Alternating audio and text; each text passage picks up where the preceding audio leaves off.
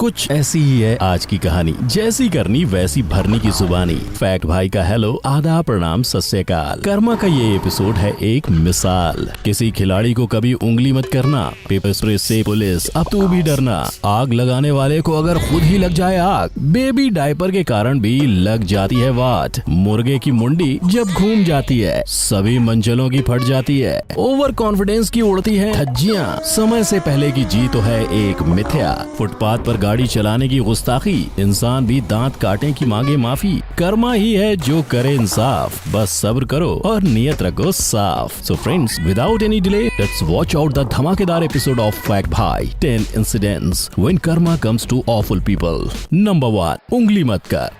किसी भी game show का सबसे अहम हिस्सा होता है ऑडियंस। ऑडियंस के सपोर्ट से तो गधा भी गेंडा बन जाता है। वो कहते हैं ना, ऑडियंस मेहरबान तो गधा पहलवान।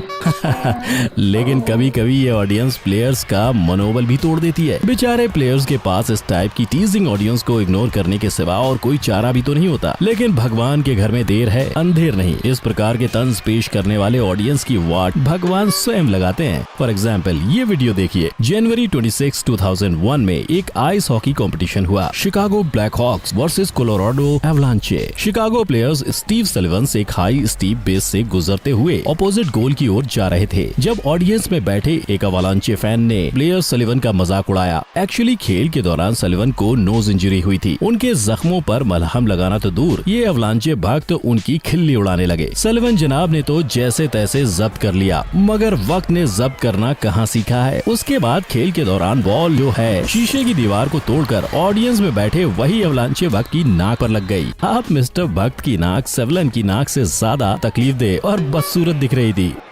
मौका पर सलिवन ने सन की फैन को ठेंगा दिखाकर टीज करने का चांस नहीं छोड़ा। सिर्फ सलिवन ही नहीं, मिस्टर सनकी की खुद की बीवी ने भी कर्मा के इस खेल को थम्स अप दे दिया। इसका मतलब, तुम मुझे तोड़ दो, ये हो नहीं सकता, और मैं तुम्हें छोड़ दूं, ये मैं होने नहीं दूंगा। Number 2, paper spray. Friends, police आजकल पब्लिक को पेपर स्प्रे कैरी करने के लिए सजेस्ट करती है, स्पेशली फीमेल्स को। पेपर स्प्रे की मदद से आप किसी भी तरह के हमले से आत्मरक्षा यानी सेल्फ डिफेंस कर सकते हैं। लेकिन क्या आपने पुलिस को पब्लिक पर अटैक करने के लिए पेपर स्प्रे यूज करते हुए देखा है? नहीं ना। मगर ऐसा एक पुलिस एक्शन इतिहास में हो चुका है और इसका रिएक्शन अपने आप में एक इतिहास बन गया है। आज 2019 बुल्गारिया, यहाँ पब्लिक अपने कंप्लीट डेमोक्रेटिक राइट्स के लिए सड़क पर सरकार के खिलाफ प्रदर्शन कर रही थी। भड़के हुए और नाराज प्रोटेस्टर्स को संभालना पुलिस के लिए बहुत मुश्किल हो रहा था। पुलिस की तमाम कोशिशों के बावजूद भी प्रोटेस्टर्स काबू में नहीं आ रहे थे। तभी एक पुलिसमैन को ना जाने क्या सूझी, जो उसने पेपर स्प्रे का छिड़काव पब्लिक पर कर दिया। आइडियली पुलिस पब्लिक पर अटैक करने के लिए पेपर स्प्रे का इस्तेमाल नहीं कर सकती, लेकिन ये पुलिसमैन कुछ ज्यादा ही पुलिसगिरी दिखा रहे थे। मगर तकदीर ने ऐसी हवा चलाई कि पेपर स्प्रे का वार खुद पुलिस कर्मचारियों पर ही आ गिरा। जी हाँ मित्रों, एंग्री पुलिसमैन ने पब्लिक के अगेंस्ट पेपर स्प्रे का उपयोग करना चाहा, लेकिन बिना हवा के रुख को समझे हुए पुलिसमैन ने स्प्रे एंटी विंड डायरेक्शन में यूज किया, जिसके कारण सारा पेपर स्प्रे स्वयं पुलिस कर्मियों की आंखों में आ घुसा। कई सारे पुलिस ऑफिसर्स अब प्रोटेस्टर्स को रोकने के बदले अपनी आंखों से बहते जलते पानी को रोकने में व्यस्त हो गए। इसे कहते हैं आ बैल मुझे मार। अर्ज किया है, आवाज ही तो उठाई थी, क्या यही है कसूर मेरा? जो फर्ज था सुरक्षा का, आज बन गया खुला अंधेरा। नंबर 3, आग का वार।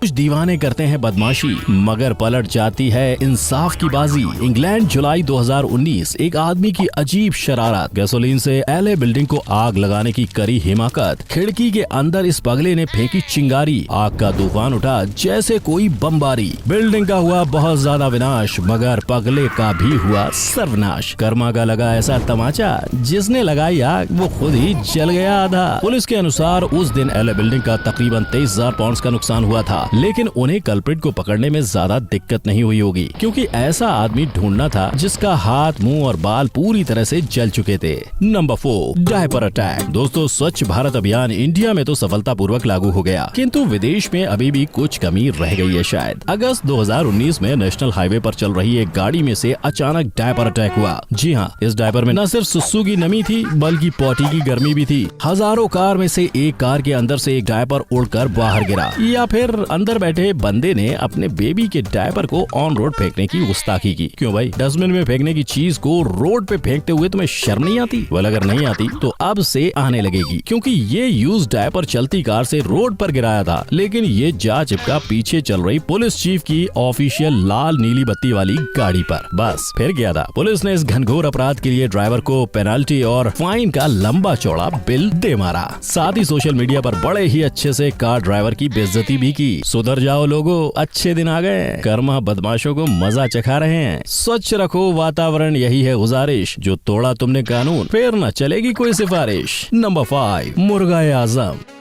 छोटा बच्चा जान के ना कोई आंख दिखाना रे। अबे ऐसे कैसे तुझे आंख नहीं दिखाएंगे? मतलब तू हमें ललकार के चला जा और हम तुझे उंगली भी ना करें? हैं? मुर्गा हूँ, गधा नहीं। इंसान का बच्चा है तो क्या, हम भी मुर्गा आजम हैं। सर पर ताज और अपने दम पर नाज है हमें। कुकड़ू मतलब एक्चुअली छोटे बच्चे ने मुर्गे की उप्स मेरा मतलब है मुर्गे आजम के ईगो को हट कर दिया, इसलिए शहंशाह नाराज हो गए। भाग छोटे भाग। कोई आए कोई, हम किसी से कम नहीं, कम नहीं। नंबर 6, मनचले। चक्के में चक्का, चक्के पे गाड़ी, गाड़ी में निकली अपनी सवारी। अरे भाई मन चलो, अरे जरा कंट्रोल पे ड्राइव करो। वैसे लाइसेंस कैसे मिला तुम्हें? उफ, वेल अगर मेरी कार इनके पीछे होती तो या तो अब तक मैं ऊपर पहुंच गया होता या फिर इन सबको पहुंचा चुका होता। मगर दाद देनी चाहिए इनके एंजॉयमेंट की। गजब का लुत्फ उठा रहे हैं, मगर ये लुत्फ बाकी सभी मुसाफिरों के लिए हेडेक बन चुका है। भाई कर्मा की किताब में हर चीज की हद होती है, इन्होंने इस हद को अब पारी कर दिया है, इसीलिए कर्मा ने भी इन्हें मजा चखाया। क्यों मजा अभी छू? विधाता की अदालत में वकालत बड़ी प्यारी है। खामोश रहिए, कर्म कीजिए, आपका मुकदमा जारी है। Number 7, over confidence. इंसानों को कभी अपने वक्त पर घमंड नहीं करना चाहिए। जीत तो साहब छोड़कर चली जाएगी, माथे पर होगी तकदीर, हथेली खाली रह जाएगी। अब इस बाइकर को ही ले लीजिए। इस जनाब को नंबर ऑफ लैप्स काउंटिंग में मिस्टेक हो गई। जब एक लैप्स अब भी बाकी था, ये बाइकर उसे लास्ट लैप समझ गया। इतना ही नहीं, उसने अपने आप को खुद ही विजेता घोषित कर दिया। जहाँ एक और बाकी बाइकर्स जी तोड़ कोशिश कर रहे हैं फर्स्ट आने की, वहीं दूसरी ओर ये बाइकर मजे से हाथ वाथ उठाकर पब्लिक अपीयरेंस दे रहे हैं। तो हेलो मिस्टर फैंटेसी, सपनों की दुनिया को छोड़कर रेसिंग ट्रैक पर ध्यान दिया होता तो आज ऑडियंस गाली नहीं ताली मार रही होती। Number 8, stop celebrating early. There is a saying, why should boys have all the fun. अब बाइकर्स सिर्फ लड़के थोड़ी ना होते हैं, लड़कियां भी होती हैं। वैसे ही सिर्फ लड़के थोड़े ही ना होते हैं, सिर्फ लड़कियां भी होती हैं। बाइकर मेगन के दोनों हाथ बाइक के हैंडल पर थे, लेकिन लैंडिंग के समय सिर्फ एक हाथ हैंडल पर था, दूसरा तो यूरेका स्टंट करने में बिजी था। Well as a result balance बिगड़ा, चक्का खिसका और गोल्ड मेडल हाथ से फिसला। अरे मैडम जी, इतनी भी क्या जल्दी थी? गोल्ड मेडल के साथ साथ यूरेका करती तो क्या बिगड़ जाता है? मनुष्य को सदैव धैर्य रखना चाहिए। हरिओम, नारी शक्ति जिंदाबाद। Number 9, footpath. Friends, be careful in your words and actions. आप नहीं जानते कि कर्मा भविष्य में आपको कैसा रिजल्ट देगा। क्लीवलैंड ओहियो की एक मोहतरमा को स्कूल बस ओवरटेक करने का बड़ा शौक था। ये शौक इतना ज्यादा था कि मैडम कभी भी कहीं से भी किसी को भी ओवरटेक कर लेती थी, यहाँ तक कि फुटपाथ से भी। जी हाँ, जो फुटपाथ लोग वॉकिंग करते हुए यूज करते हैं, ये मैडम उसे ओवरटेक करने के लिए इस्तेमाल करती हैं, किसी की जान की परवाह किए बगैर बस घुस ही चली जाती हैं। प्रशासन ने न सिर्फ इस महिला के ऊपर भारी भरकम जुर्माना लगाया, बल्कि पनिशमेंट के तौर पर एक सुबह भारी ठंड में मेन रोड पर एक पोस्टर के साथ खड़े रहने को कहा। इस पोस्टर पर लिखा था,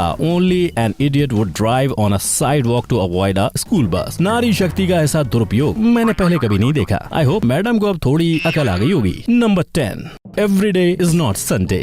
No doubt guys, karma door is actually always open and you are just on the way. Soccer के प्रसिद्ध खिलाड़ी लुइस सुआरेज की एक बुरी आदत थी, वो आदत थी काटने की। जी हाँ, आपने सही सुना, दांत काटने की आदत। खेल के दौरान अपोनेंट को टक्कर मारने के बहाने लुइस उन्हें काट खाते थे। I mean, he bites. पता नहीं ऐसा क्यों करते थे जनाब। लुइस शायद अपोनेंट को ध्यान भटकाने के लिए। काफी समय तक उनकी ये हरकत नजर में नहीं आई, कभी आई तो सबूत नहीं मिला। मगर कर्मा के अनुसार हर चीज चीज की भी हद होती है। फीफा वर्ल्ड कप के समय लुइस जी जॉर्जिया चिलिनी को काट खाए। इस बार गलत बंदे से पंगा ले लिया। पहले तो सबको ये रेगुलर क्लैश या एक्सीडेंट लगा, लेकिन जॉर्जिया के बॉडी पर लुइस के दांतों के निशान बन गए। इमेजिन कितनी जोर से काटा होगा लुइस ने जॉर्जिया को। लुइस की इस नागवारा हरकत के कारण फीफा वर्ल्ड कप ने लुइस को 4 महीने के लिए बैन कर दिया। सॉकर की हिस्ट्री में अब तक का ये सबसे लंबा बैन था। वेल सॉकर क्या, किसी भी गेम की हिस्ट्री में बाइटिंग यानी दांत काटने की हरकत भी किसी हिस्ट्री से कम नहीं है। आखिर में ये मायने नहीं रखता कि आपने जिंदगी में कितनी सांसें ली हैं, बल्कि ये मायने रखता है कि एक सांस में कितनी जिंदगी जी। कुछ माफी, कुछ गुस्ताखी, कुछ गलती,